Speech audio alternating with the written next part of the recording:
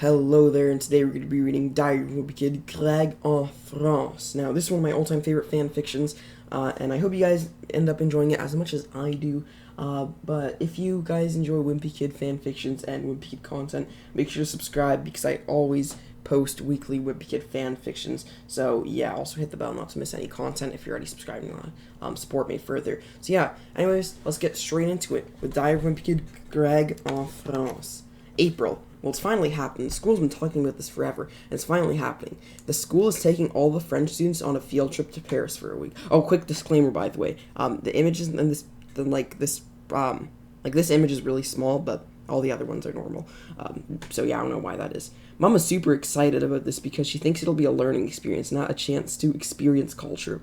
I don't know what all the fuss is about. I can just see pictures of Paris on the internet. When I told Mom that, she still made me go. My brother Roger went on a field trip to San Francisco with his grade a couple of years back, and he said it was horrible. The school couldn't afford a proper hotel, and they all had to evacuate on the first day because the carbon monoxide alarm went off. Well, unless our school gets some extra money somehow, I doubt things will have improved. We were emailed a list of where we were visiting in Paris yesterday, and even though I recognized some of the places it mentioned, a lot of it made no sense to me. You see, Les Champs-Élysées, le Musée d'Orsay, le Champ de Mars, et La Sacré-Cœur. Roger told me about some of the places that were on the list, but I stopped believing him after he told me that Les Champs-Élysées was a strip club. Where he got that idea from, I don't want to know. Mom told me that she had visited Paris once in the 1990s, but she could only remember visiting the Eiffel Tower, which is just about the only place I didn't need help with. Dad was just as useless as Mom, because he'd never been to France except on a business trip to some place called Toulouse. I heard the Notre Dame is nice. At this point, the only person I can ask for help is Manny, but something tells me he won't have the most answers. Monday. Today at school, my teacher announced that we had to stay organized on the trip, which meant groups of 4 in the hotel rooms and to explore the city by themselves. Well, that got me excited. Our teacher sent us a Google form to request our partners, and I put down Holly Hills and 2 of her friends. Thought I was all set, but when the teacher saw that, she explained to me that all the boys and girls weren't allowed to be in the same hotel rooms together. So she put me with Rowler, it says Rowler, Rowler, Albert, Sandy, and Chirag Gupta, which is like moving from an A+ to a D-. I don't slander Chirag and Rowley, they're goated. I don't know about Albert, though. Wednesday. Today, the day of the field trip arrived. We only just got to Paris, and I'm writing this in my hotel room. Can't believe it's only been a day since we left.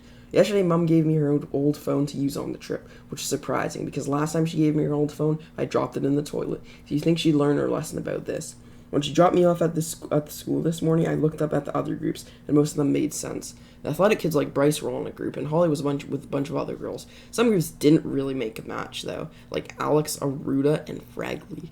My plan for this trip was to get closer to Holly. My basic plan is to learn as much about Paris as possible, then tell her about it as we're there. Hopefully she'll be impressed and we'll finally see what a great guy I am. When Mom dropped me off at the school, I couldn't believe how many kids there were. It looked like half the grade was coming on the trip. Mom was glad there were so many kids because it showed that they were all excited about having a learning experience. But I knew most kids were just coming along because their parents made them. I got out of the car and found my group. Thankfully it wasn't too hard, because Albert can be heard talking about a mile away. He's telling Raleigh and Chirag that he was excited to go to Paris because he wanted to take a picture on the Abbey Road crosswalk like the Beatles.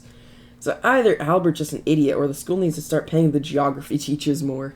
Then Mrs. O'Reilly, our 8th grade world history teacher, spoke up on a bullhorn, just as Chirag showed up. She announced that every group needed to have a leader, who would be responsible for the group's safety if they were apart from the teacher. I admit, being a leader did sound kind of cool, but then when I heard the word responsibility, I knew I wasn't the guy for the job. The others all wanted to be leader, and I started arguing among themselves. Personally, I wanted Rowley to be leader, because then I could influence his leadership while not having to put up with any of the responsibility. Fortunately, Mrs. Riley already had the leaders picked out. She chose Chirag to be leader, which was unfair because he was playing on his phone the whole time. The rest of us were pretty upset about that, and we wanted to convince Chirag to let one of us be leader. Then one teacher announced that we had to get on the buses. We started getting on. I knew at this point there was going to be no turning back. When she got on the bus, I could tell right away there wasn't enough room for all the kids. Some kids were sad, but I was happy about it. I didn't want to go on the trip anyways. Well, this is great news. I told one of the teachers that I'd be happy to give up my seat on the bus to another kid, and I asked him if I could call my mom to pick me up. But then, get this, he said any student who signed up for the trip would get to go no matter what, and nobody was going to be turned away. Well, I think that's kind of dumb if you ask me. If I were running a business, you'd see me turning people away all the time. But I guess nobody agrees with me. because the teacher explained how we were all going to fit on the buses. And believe me, I would have rather stayed home. Oh, they're force-seating it. Because there were so many kids, I couldn't even sit with the others in our group. Now, believe me, I'd rather sit on Holly than on Albert. Okay, Greg. It's interesting. But the end result was even worse. Pretty sure the kid to my left hadn't taken a shower in 5 months. To try and get my mind off it, I pulled out my phone and looked for some games to play. Fortunately, my mom had made me sure to delete every game I installed on her phone before I left, so I decided to continue planning Operation Holly. I went to Google and searched for the most romantic places in Paris that I could talk to her in, and I recognized some from the email we got. Unfortunately, I forgot that I was sitting on someone's lap and that they could see everything I was looking at. He didn't say anything, though, which somehow made the whole ride more awkward. After what seemed like forever, we arrived at the airport. Because the trip was so chaotic so far, I thought it couldn't get any worse. Of course it did. Because of the number of kids on the trip, groups were split up between buses, so it took us what felt like half an hour to find the rest of our group. Riley was already with me, and Albert wasn't too hard to find because he was blaring music out of the speaker while talking about going to Abbey Road. I don't know the Beatles, I'm sorry, I don't know, I would probably sing that wrong. It took me much longer to find Chirag, though, and it turned out it was because his bus was stuck in traffic. Teachers made us wait outside until the bus arrived. I guess they thought we'd be more well-behaved since we were in a public setting. But I've been a middle schooler long enough to know that's not possible. I figured I'd use this chance to plan talking with Holly. While I was studying my phone, I noticed that Riley looked a bit pale. At first, I wondered if he was allergic to the peanut M&Ms I let him have on the bus, but then I realized he had never been on a trip without his parents before, so he was a bit nervous. I honestly can't blame him. I believe his parents even let him go without him. I mean, I wouldn't have. To be fair, I was also feeling a little queasy. I wasn't really sure about the trip to begin with. I was also nervous about Holly. I had a plan, though. There was another reason I was worried about France, though. It didn't have anything to do with Holly. We learned in a history class a while back that a couple hundred years ago the French got super angry at their king and beheaded them. Now, I know I'm not a king or anything, but I'm not sure if I want to be in a country where this sort of thing can happen just any time. I also thought of a great plan to approach Holly. First, I would ask someone in my group to come up and ask me something while we were in Paris, like about the Eiffel Tower or something. Then I would respond with some of my research right next to Holly. Second, I'd wait for Holly to ask me about something else, since she'd seen my knowledge on France. Last but not least, I'd buy Holly a lock at this place called La Pont des Arts or something, and hang it on the bridge with her and ask her out when we got back to the hotel. I've had some pretty dumb plans before, but I admit I thought this one was foolproof. A little while later, Chirag and the other kids on this bus showed up and they did not look happy. I had to sit on the coach's lap. Apparently, somehow the kid on the bus accidentally broke a window, so there was glass all over the bus. Some kids had to double up on the lap seating. My mom always tells me to count my blessings because other people have it worse than me. And believe me when I say I didn't really get it until now. After we got organized into our groups, we had to wait even more to check in all our stuff, since almost none of the kids had bags small enough to fit on the plane. Then we had to go through security, which went just about as well as I'd imagined. But the first issue we had with security was the dogs. I was fine with them personally, but it turned out that Rowley was scared of them. I told him he should only be worried if he had a bomb in his pockets. Then he started being worried about terrorists. Once Rowley calmed down enough to stop crying about bombs, I noticed that the line had slowed down a lot in security. It turns out that some kids had decided to bring plastic knives with them on the plane, so they didn't have to use the ones the airline gave them. I have no idea why they thought that would be a good idea, but I'm starting to question my mom's faith in the American education system. A little while later, just in front of us, the line froze again. It turned out that one of Albert's suitcases was filled with nothing but yogurt. Don't ask me what that was. He was planning to do with that. I noticed that Holly and some of her friends pointing and giggling at Albert. I was worried they were going to start making fun of me, so I started laughing at Albert too. He was a little upset about it, but I guess nobody told him that sometimes you have to make sacrifices for love. After we got out of security and got to the gate, we started waiting for boarding to start. I figured now would be a good time to ask Chirag if he'd help me win over Holly, but it turned out that was a bad move because apparently Chirag liked Holly too. I backed away from Chirag, but he kept giving me a dirty look, so I need to watch out for him. We got on the plane where thankfully we didn't have to sit on each other's laps anymore. I thought we would all be sitting in coach, but it turns out the teacher was sitting in first class. I don't think it's a good idea for the grown-ups to have all these classes divide, because next thing you know, they'll have raised a generation of communists. We got to our seats, and I saw on the screens had a whole bunch of movies available on them, which I was looking forward to. I asked Albert how long flight...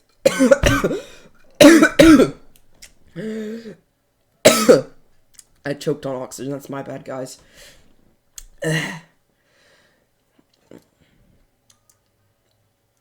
I asked Albert how long the flight was supposed to be, which was a bit awkward since Shog was sitting next to him. He told me that it was going to be about 7 hours, which is much longer than I thought it would be. The video about safety instructions and directions was playing, but I couldn't hear it because Albert was still hung up on the Abbey Road and blaring Beatles music. A little later, the plane took off and we could start relaxing. I figured I should start looking through the movies, but it turned out they only had really old ones, so I chose one from 1960 called Psycho because I thought it sounded cool. Unfortunately, it turned out to be a horror movie, and I stopped watching after a woman gets stabbed in the shower. I like horror movies, but I admit that one shook me up.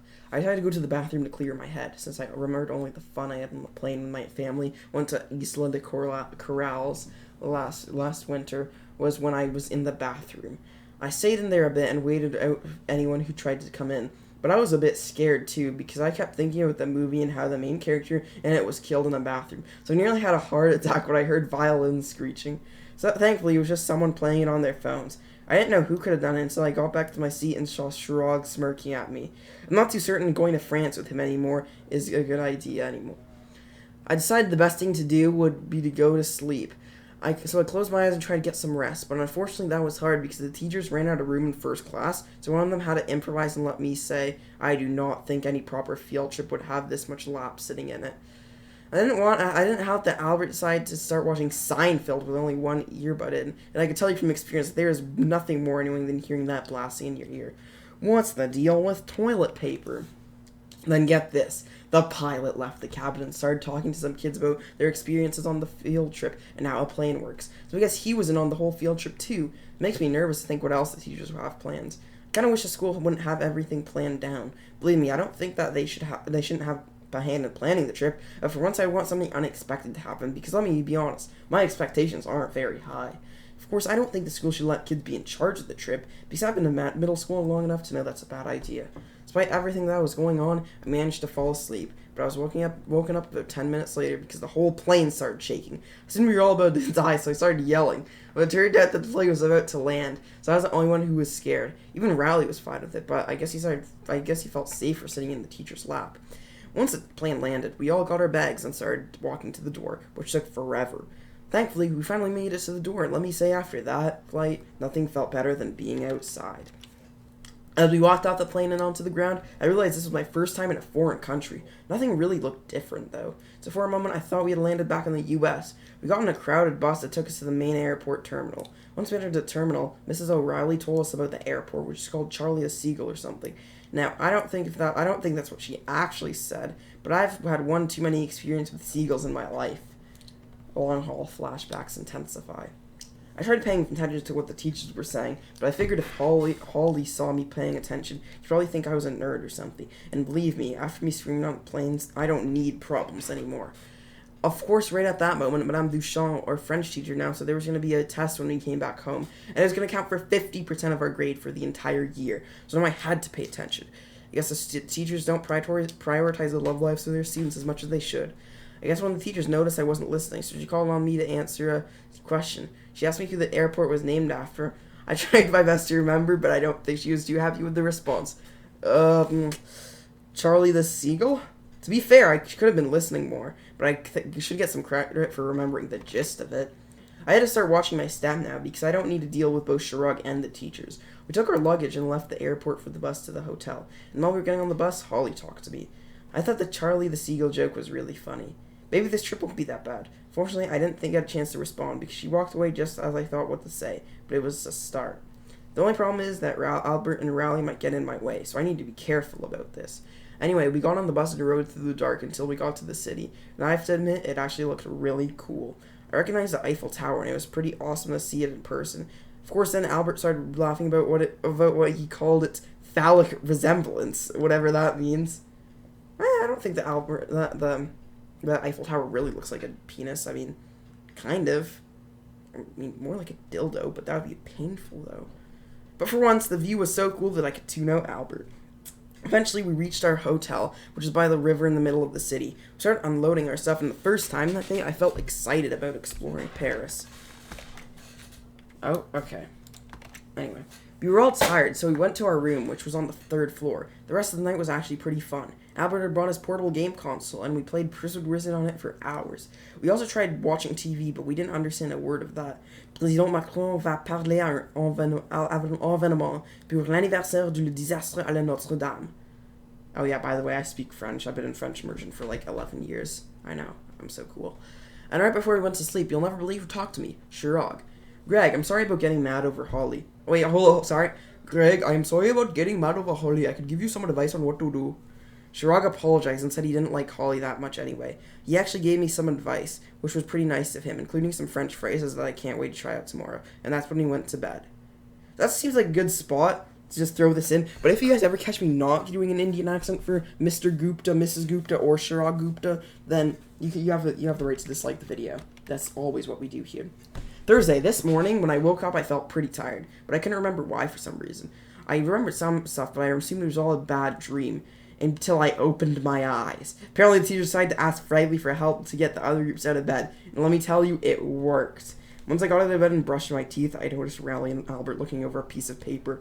Apparently, that was our schedule for today. The first thing we were going to do was some group activity. I didn't understand what that meant, but Albert looked pretty excited about it. Explained that we were going to explore the city by ourselves. And sure enough, he had another piece of paper with a list of locations that we could go to within the arrondissement, whatever that meant. Anyway, we went downstairs where Chirag was waiting for us. The teacher had just finished explaining the activity when we got there, but I wasn't really concerned about that because I noticed Holly standing by the door, and before I knew what I was doing, I went over to talk to her. I figured it was now or never, so I started off with saying hi. I admit, that could have been more smooth, but it was too late for that now. I figured I needed a conversation starter, so I just said the weather was nice. Although looking back, I probably shouldn't have said that on such a cloudy day. She didn't seem to notice it though. I was doing surprisingly well so far, but I noticed she was starting to lose attention, so I pulled out the big guns. Last night, Shrug told me some romantic French phrase to impress Holly with, because apparently French is supposed to be a romantic language, so I remembered one and said it. Je veux manger ton... Yo, so, you know what, I'll say it in French, because since it's an English channel, I don't think it's going to be demonetized. And you guys can say a gander as to what it means. Je veux manger ton vagin. Manger means eat. Je means I. Veux means want. Ton means your. So, you know what, you guys can figure it out. You guys can rewind the video as much, and if you figure what it says, you don't have to comment it down below. That's alright, just keep it to yourself. I don't know if I mispronounced it or what, but Holly looked disgusted and turned away. Turned back to Chirag for some help, but he was just smirking. That's when I realized he had set me up. The groups were starting to leave the hotel, so I went over to Brownlee and Albert. Albert put the sheet back out and looked over it. That's when somebody caught his attention. Choose an option. Option 1, Les Tuileries, Musée de la Révolution, Ile de la Cité, Ile Saint-Louis. Option 2, Parc François Armaland, Champs-Élysées, Centre Pompidou. Option 3, Musée de l'Orangerie Panthéon. Option 4, choose your own adventure. Albert, basically the program sheet had a list of places we could go to, and Albert said that we should choose the choose your own adventure option. Well, at first I thought that was kind of corny, but Albert explained that it meant we could go anywhere in the city and not just the places listed. And to be fair, I don't really want to go to Tuileries or whatever. So we started heading out. I glanced over at Holly and she was whispering to her friends, and believe me, I don't think it was anything good. That's when Chirag spoke up. Chirag said that if he wanted to choose your own adventure, we were free to do that, but he was going to go to a bar and drink some wine. When Albert said asked how he was going to do that, Chirag said that drinking age was lower here. I don't really think it's quite as low as Chirag thinks it is, but I hadn't paid any attention. As long as he was out of our hair, I was fine. Fortunately, I think Albert started thinking about it too, but I pulled him away before it was too late. Chirag walked away and out of the building. When we left the hotel a little while later, we started walking down the street, but I couldn't decide where to go first. Albert saw this cool place with a green cross outside of it. We thought it was like a restaurant or something, but it turned out it was just a pharmacy. The green crosses were everywhere on the street, and it really makes me think how sick French people must be if they really need this many pharmacies. After we left the pharmacy, I came up with an idea. I said we should each take turns choosing where we go. I said I should choose first because I came up with the idea, but Roundley said Albert should go first because his name was the first in the alphabet. Sometimes I really wonder about that kid. Anyway, Albert looked on Google Maps and led us to a record store. At first, I didn't really get the point of a record store since we have phones and Spotify to listen to music to on. But it turned out the place was actually pretty cool. They had rock music playing over the speakers and tons of cool albums. And you'll never believe what I found in the new releases section. Loaded diaper, exploded diaper. I asked one of the guys who worked there about the album, and they said that one day somebody brought a loaded diaper CD to France, and he played it on the radio, and it became a massive national phenomenon. The only thing was, nobody knew who they were. That got me thinking, if I acted a loaded diapers manager and brought them to France, I could make plenty of money off of them. Fortunately, that would mean I have to listen to them play, and figure all the money in the world definitely isn't worth that. We left the record store 15 minutes later. I thought of where we should visit to next. It was my turn to choose, and I was craving a sandwich, so I took Mom's phone out and searched for Subway. A bunch of them appeared, but they had different names. I guess Subway is called Metro in France. The American education system never fails to shock me. I just have to say that. Anyway, we found one a few blocks away. It had this fancy entrance that led underground, which was actually pretty awesome. I didn't get why there would be a subway underground, but we went down the stairs and into a hallway. I had the feeling something was off, though, when I saw homeless people in underground tunnels. At some point, we got to an open room, which was like an intersection for all the tunnels. There were people coming and going from everywhere. Paris Metro, 8e arrondissement. That's when I realized this wasn't a subway, it was a subway. I looked over what I was pretty sure to be a menu, and I realized it was a map. To be fair, I should have realized that the subway train is more likely to be under a city than a subway restaurant, but they should have made it more clear. I figured we should just head out. I asked Raleigh which way we came, but he didn't remember. Neither did Albert, which meant we were stuck here. I honestly can't believe I'm surrounded by idiots who can't even remember the way we came. Unfortunately, it also slipped my mind, so I figured we should split up and look for an exit. So I ran down one way, Raleigh another, and Albert did something that could only be loosely described as running. I could ran as fast as I could, though I admit I could have been a bit more careful. Shove. I got to the exit at one point, but when I got to the top of the stairs, I was in a completely different part of the city. Métro de Paris. I figured if I went back down to the tunnels, I'd just get lost again. But I couldn't just abandon Albert and Raleigh, as much as I might want to. So I walked down to a street at random and hoped I'd get somewhere. I walked for a couple of blocks when I heard someone speak English. I figured I'd ask these people where I was, because that could help me reach the subway again. I heard the conversation coming from inside a cafe, so I went in there and looked around. It smelled pretty nice in there, though I got a little distracted, and that's when the person speaking English found me. Greg? It was Roderick. Why are you in France? Roderick was the last person I would expect to see in Paris. As far as I knew, the farthest he had ever traveled from the couch was to the TV. I asked him what he was doing thousands of miles away from home. Apparently Roderick was on vacation, because some random record store in France was giving his band money to come to Paris, but he had no idea why. I knew exactly why, but before I could tell him, he asked me again what I was doing here. I told him I was on a field trip, and he asked me, and asked him how he didn't notice that I was gone. Then again, I wasn't too shocked, given this was the guy who once had thought we were celebrating Christmas on New Year's Eve. I figured that if I stayed another minute with Roderick, I'd lose my sanity, so I ran outside. That's when I ran into Albert and Raleigh. I asked them where they had gone, and they said they found a way out of the subway a while ago, and even had time to do some shopping at a souvenir store. That what they bought wasn't exactly high quality. Roller loves Paris. We hurried back to the hotel, where we managed to catch the rest of the class before they left. I hadn't really paid attention to the schedule, so I wasn't really sure where we were going. But given that we were 15 minutes late, I figured it wasn't a good time to ask. I was trying to clear the events of the last half hour from my head when Chirag showed up. And believe me, from the way he looked, whatever happened to him was a lot worse than what happened to us. And boy, was he mad. He was cut and bleeding from all over his face. He blamed us for abandoning him, and I tried to remind him that he abandoned us, but he wouldn't hear it. Apparently, Shrug tried to get in the bar with a fake ID he brought from home. Fortunately, the idea was not only in English, but it also had some random bearded guy's face in it. Excuse me. The owner of the bar yelled at Shrug to get out, because he was obviously underage, but Shrug kept yelling about his rights as an American citizen or whatever. So the owner of the bar sent his sons after Shrug, and they chased him into an alleyway. You can guess what happened from there. Shrug was getting kind of hysterical, so I excused myself, and then ran to where Albert and Raleigh were walking together, although I didn't really need to, because they stopped anyway. Apparently, it had taken so long to get away from Shrug that we arrived at our next destination, which according to the teacher was called the Musée d'Orsay. Now, I'm not into old buildings or whatever, but this one looked pretty cool. I was drawing that cover when Albert started telling us about how this used to be a train station, and the ghost of a man who got hit by a train still lives in it. Well, I admit that spooked me out a little, but though it was kind of far-fetched for someone to convert a train station into a museum. And I have to worry not just about Shrug, but about a ghost too. And as if I didn't have enough worries, Rowley came up to us, holding a piece of paper, and from the look of it on his face, I could tell it wasn't good news. Raleigh was holding the paper with a list of places we could have visited, the one based on Choose Your Own Adventure escapade on. I was hoping to forget the events of the past few hours, because I wasn't looking forward to reading it again. But then it got worse. Raleigh turned the paper over and turned out there was something on the other side. Apparently, we have to write down notes for 4 different places we went to, and we need to write an essay about them when we got back to the United States. Riley said Albert and I had to help him fill the rest of it out, but I already snuck into the museum by then. See, Riley's problem is that he always expects everybody to do everything for him. Now, I could feel better knowing Riley would fix the problem, though, so I decided to enjoy myself. I heard the teacher saying something about partners, so I figured I'd try and partner up with anyone I could find. Then he announced that he was going to choose the partners to go through the museum. Believe me, when it was my turn, I wasn't expecting to be paired up with Holly, but I was. Hi Greg, I guess we're partners? Holly and I started off really awkwardly, which made sense because Shirag had been doing everything possible to sabotage our relationship. But I thought over it, and I realized that the best thing to do was to start talking to her, because if we hit it off, who knows what comes next. Eventually, though, we started talking, and I got to apologize to Holly for whatever I said earlier. I told her Shirag who told me to say that, and she responded with this: "Well, that makes sense. Shirag's really funny."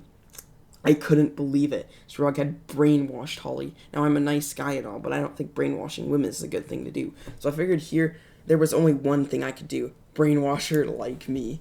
The brainwasher becomes the brainwashee. Wait, no, that doesn't make any sense. Never mind. My mom always said I'm handsome, so it shouldn't be too hard. Fortunately, just after we talked, I heard screaming coming from one of the painting galleries. It sounded like Albert. We ran out into one of the painting galleries where we heard Albert. Well, when we found him, he wasn't screaming, but he was wheezing with laughter at one of the paintings. Oh, and yeah, that's something. I admit, it was kind of funny seeing a naked lady, but I didn't laugh because Holly was there. I tried to tap Albert on the shoulder to let him know that he was laughing too loud, but I guess he found that funny and started laughing even louder. Also, I don't know who thought it would be a good idea to put a naked woman in a painting on display to a museum that a bunch of 8th graders could visit, but I figured now wasn't the time to stop and think about it. I motioned to Holly that we should leave, but then when I tried moving away, I slipped and accidentally hit Albert, who was laughing so hard that he lost his balance, tripped forward, and fell through the painting. Crack. That's when the screaming started. Everything was in slow motion. Albert flew through the painting and hit the wall on the other side. I didn't want to get in trouble, so I bolted. I think Albert got up and followed me, because when I got inside, he was there too, covered in cuts. S'il vous plaît, ne touche pas l'art. Please do not touch the artwork. That's a sign on the wall. Bit ironic now, but unfortunate. Thankfully, just as we got outside, the rest of the kids were ready to leave. I saw Riley and Shirag and started walking with them towards wherever we were going. Albert, who didn't seem concerned at all about the showing a priceless painting, slightly told him how he fell through the naked woman in the picture. Although we had escaped the museum without being caught, I had a strange feeling like I'd forgotten something in the museum. I didn't have the time to think about that, though, because after 5 minutes of walking along a bunch of dirty streets, we arrived at a restaurant, and believe me, I had completely forgotten about lunch. I went in and took our seats, which were really comfy and fancy. The teacher said that they had ordered escargot for everyone to try, and whatever it was, I was hungry enough to eat. The teacher said that escargot was a fancy dish, but I took it with a grain of salt because it looked gross. But I tried it, and it turned out it was really good. Of course, Shirag had to ruin it. You don't know what escargot... You don't know what escargot is, don't you, Craig? Shirag said that escargot was actually snails. I thought it was a joke that French people ate snails, so I didn't believe him. But when he showed me on his phone that it was true, I had just eaten snail. I didn't want to act rude at the restaurant, so I tried to keep eating it. But it was weird knowing that I had snail in my mouth, and my gag reflex was working overtime. Kept it in my mouth for as long as I could, but hey, I'm only human, so eventually I let my instincts take over, and he threw up on Shirag. It wasn't my proudest moment. Turns out that a lot of the snail barf landed on Mrs. Cragg, so she had me step away from the table to have a quick chat with me about table manners and being respectful. After our quick chat, ended 30 minutes later, I got back to the table, where something felt off. Albert told me that after I vomited all over him, Shirag got up and went outside for some fresh air, and he'd been gone for half an hour. I was going to ask for more details, and then Mr. Ward, our history teacher, got up and announced that we'd be having another independent group time to explore the city, that we needed to meet back outside in the restaurant in 2 hours. Albert said this was great for us, because we could use the time to find Shirag. I admit it was surprising to hear Albert have a good idea at once, given that he had destroyed a priceless work of art an hour ago. But I didn't really want to go looking for Shirag. The way I saw it, he had spent the whole trip trying to make my life miserable. But I knew he and Albert were great friends, so I didn't say anything. Our group got up with others to leave the restaurant, but before we could, the teacher had another announcement. There's Emmanuel Macron, the president. Apparently, we had a surprise activity tomorrow. We were going to Notre Dame to watch the President of France, Emmanuel Macron, give a speech. I admit, it sounded kind of cool to get to see the President of France, but we had other stuff on our minds. But right when we turned to leave the store, we ran into someone familiar. Greg, why'd you leave me at the museum? I had forgotten about Holly. I can't believe that I blew my one shot with her by leaving her at a museum. Thankfully, she didn't seem too upset. She said she understood why I was scared to stay at the museum, and then, get this, she said she wanted her group to come and hang out with our group. I guess I was good with ladies, but I guess I underestimated my own power. Any other day, I would have said yes in a heartbeat, but I could see Raleigh and Albert looking at me, waiting for me to help them look for Shirag. I had to choose between the girl I'd make my goal to get closer to and the kid who'd make my life hell from the moment this trip started. Shirag or Holly. It would have been the easiest choice of my life. And, of course, I made the wrong decision. Looking back on it, I still can't believe I chose Shirag over Holly, but at the time, I didn't think twice about running out of that restaurant with Albert and Raleigh to look for him. I didn't even feel that bad about it. We ran out through the dark streets of Paris and down into the riverbank. We had no plan for finding Shirag, no idea where he was, but we knew he was out there, and we were gonna find him. We ran around the riverbank for what felt like forever, but after a while, we just stopped at some weird bridge that was covered in locks. I guess it was to keep it from being stolen or something. Anyway, the three of us gathered together to discuss where Shirag could have done. Where Shirag could have done? I guess where Shirag could have gone. Of course, none of us really knew why Shirag left, so we couldn't really put ourselves in his shoes. Then Albert spoke up and mentioned that one place that Shirag said he always wanted to visit was the Louvre, and that maybe he might be there. I never pegged Shirag for an art lover, but I guess this day has surprised me in more ways than one. We crossed the bridge and we asked for directions, but to be honest, nobody was all that helpful. By the time we got to the Louvre, it was already dark, and Raleigh was getting worried about being in the city at night. To be honest, I was a little worried too, but he still had to find Shirag. And eventually, I took a break and sat down at one of these cool glass pyramids. I guess that's where they keep all the dead kings of France or something. Oh my goodness. Like the Egyptians. Anyway, the view was really nice, and I could even see a big arch a few blocks away. It's the first time I actually enjoyed being in Paris. That's when I heard voices behind me. Some guy in a uniform was yelling at Albert. I assumed Albert was calling a fake bomb threat as a prank again. But then I realized we weren't at school. This wasn't a police officer. I thought it must have been some guy from the Louvre. But then I realized he was yelling at Albert. He wasn't from the Louvre. He was from the Museum d'Orsay. And he was here because of the painting Albert broke. I figured museums had rules about arresting people on each other's property, but a couple guys who must have been from the Louvre joined him. That's how 5 adults with guns ganged up on the teenagers. Paris is weird. The 3 of us were ready to fight, but although we had a golden belt and karate on our side, I wasn't liking our odds. Just as we were about to throw a punch, we heard another voice, a familiar one. Roderick. I'd forgotten that he was in Paris, but here he was, standing behind the guards. He told them to let us go or else. They said no, and everything after that was a blur. Next thing I remember was Roderick, Raleigh, Albert, and I running away from after Roderick punched one of them in the unmentionables. To be honest, out of all the people who care enough about me to save me from several armed men, Roderick's name didn't exactly come to mind. We ran through the streets of Paris for what must have been the 5th time today. If I manage to get out of this alive again, I'm never going to France again. Eventually, we arrived at a small apartment building.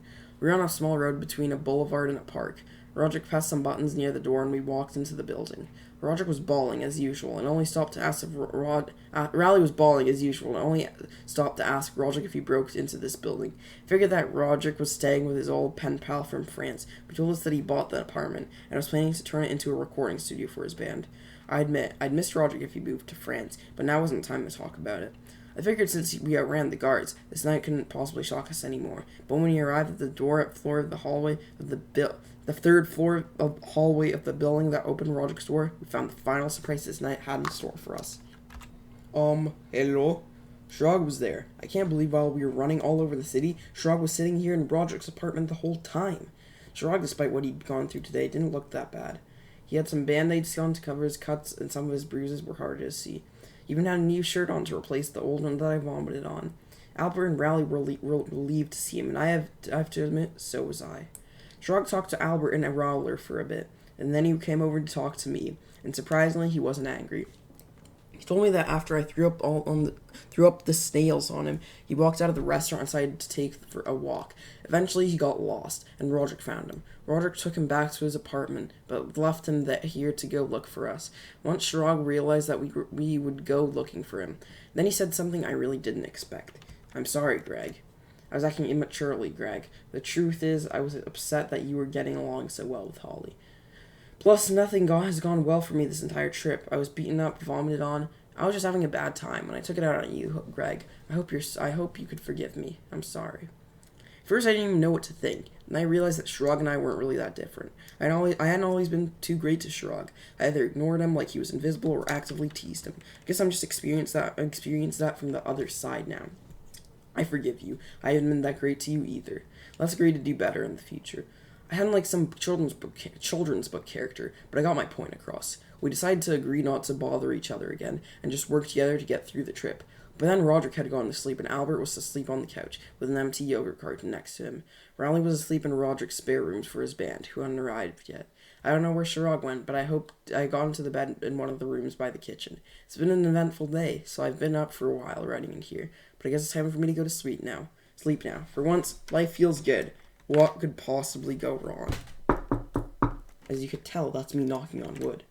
This morning when I woke up, the first thing I heard was Shrug yelling for everybody to wake up. I got out of bed pretty quickly, because the building was on fire or something. Turns out everything was fine, except we slept in until 10. I didn't get what the big deal was, but then Shrug said that the rest of the school had probably left the hotel by now, and it was only a matter of time before they realized we were missing. I went to ask Roderick for help in getting us back to the hotel, since he had been in Paris longer, but as usual, he was of no help at all. Just then, Rowley spoke up. He said that yesterday the teachers announced that we would be going to see a speech by the President of France. Apparently, a few years ago, the Notre Dame, this big church, burnt down, and then the anniversary of it was coming up. The president would be giving a speech there at 11, and the school was supposed to come. Needless to say, we ran downstairs as quickly as we could, after grabbing a croissant from the kitchen, of course, and out of Roderick's apartment building. According to Rowley, the Notre Dame was on an island on the river in the middle of the city. I looked at my phone and we saw we were north of the river, so we ran down towards the island.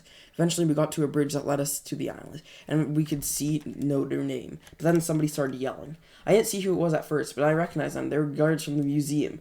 In that moment, I knew it. Sherrod's apology had been fake. He had lied to me again. His entire disappearance had been orchestrated to get me in this position, surrounded by people who wanted to arrest us. This is Sherrod's revenge. He'd led us here, to them, and it was payback time.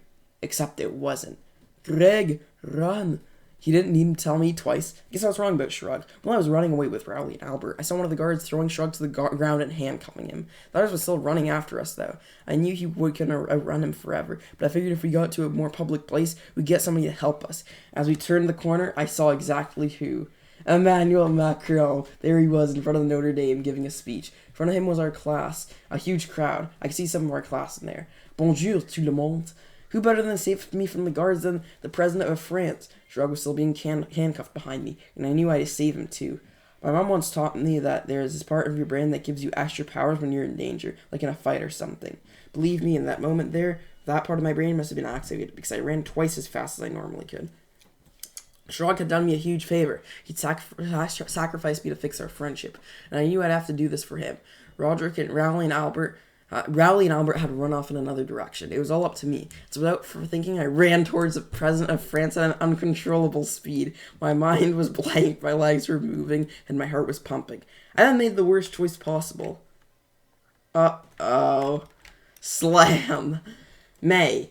I won't lie, it's been a crazy few weeks. I barely know where to start. The first thing I remember after accidentally slamming into President Macron was being grabbed by some guys and put in a car. I blacked out after that, but I woke up in some sort of jail cell the next day. First I thought it was the end for me. I hoped they'd sharpen the blade on the guillotine before they used it on me. Then I looked around the room. I noticed I had a visitor. Hello, Greg. I can't do a French accent. Hello, Greg. I'm not going to try. The president explained that the police and his security team thought I was an assassin and put me in this holding cell. However, afterwards, another officer found Shrug and saved him from that museum guard. They rounded up Albert and Rowley after that, and they explained that they only ran towards him to shave Shrug. Quick look at the security footage was enough to convince them that I had only accidentally, knocked him over. President Macron said he decided to visit me to tell me that I wasn't in trouble and I was a very brave young man for doing something so crazy to save my friend. I admit, I've never thought of it like that. I was trying to help Sherrod. I never considered that I was being brave. I took the moment and asked if I could have knighthood, but he just laughed and walked away. School made us fly back to the U.S. right after that. I don't think any of the teachers were really given many details on what happened, so most of them didn't even know it was my fault. I felt kind of bad about it, but that went away when the school announced that we would no longer have to do those worksheets I didn't do.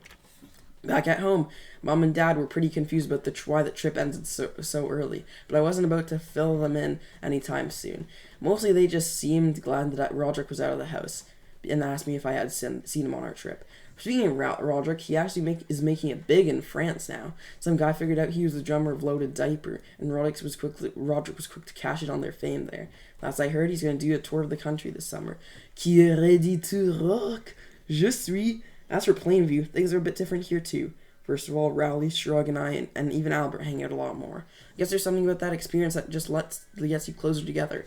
Albert, Rowley, and I go over to Shrug's almost every weekend now to play games together. Shrug's mom is friends with a developer at the company that makes Twisted Wizard. She got us a copy of Twisted Wizard 3 before it even came out. Speaking of Rowley, he and Albert liked the food on the trip so much they started a French cuisine club. It's growing to be really big, and their pastries and croissants are delicious. I'm going to stay away from the escargot, though. All things considered, the trip couldn't have been better. The trip could have been better, but it also could have been a lot worse. I didn't spend too much time with Holly, but I still think she's mad at me. But I had a fun time with my friends, and that's good enough for me. Fortunately, school's planning another trip to make up for this one, and I'm not exactly looking forward to it, but at least it can't be as bad as this one. The end. Yeah, I really liked it. It felt like a real Diary of Wimpy Kid book. Felt really authentic, so yeah. Anyway, hope you guys did enjoy. If you do, make sure to like, subscribe, and recommend me fan fictions you want me to read. So yeah, anyway, I'm out of here. Bye.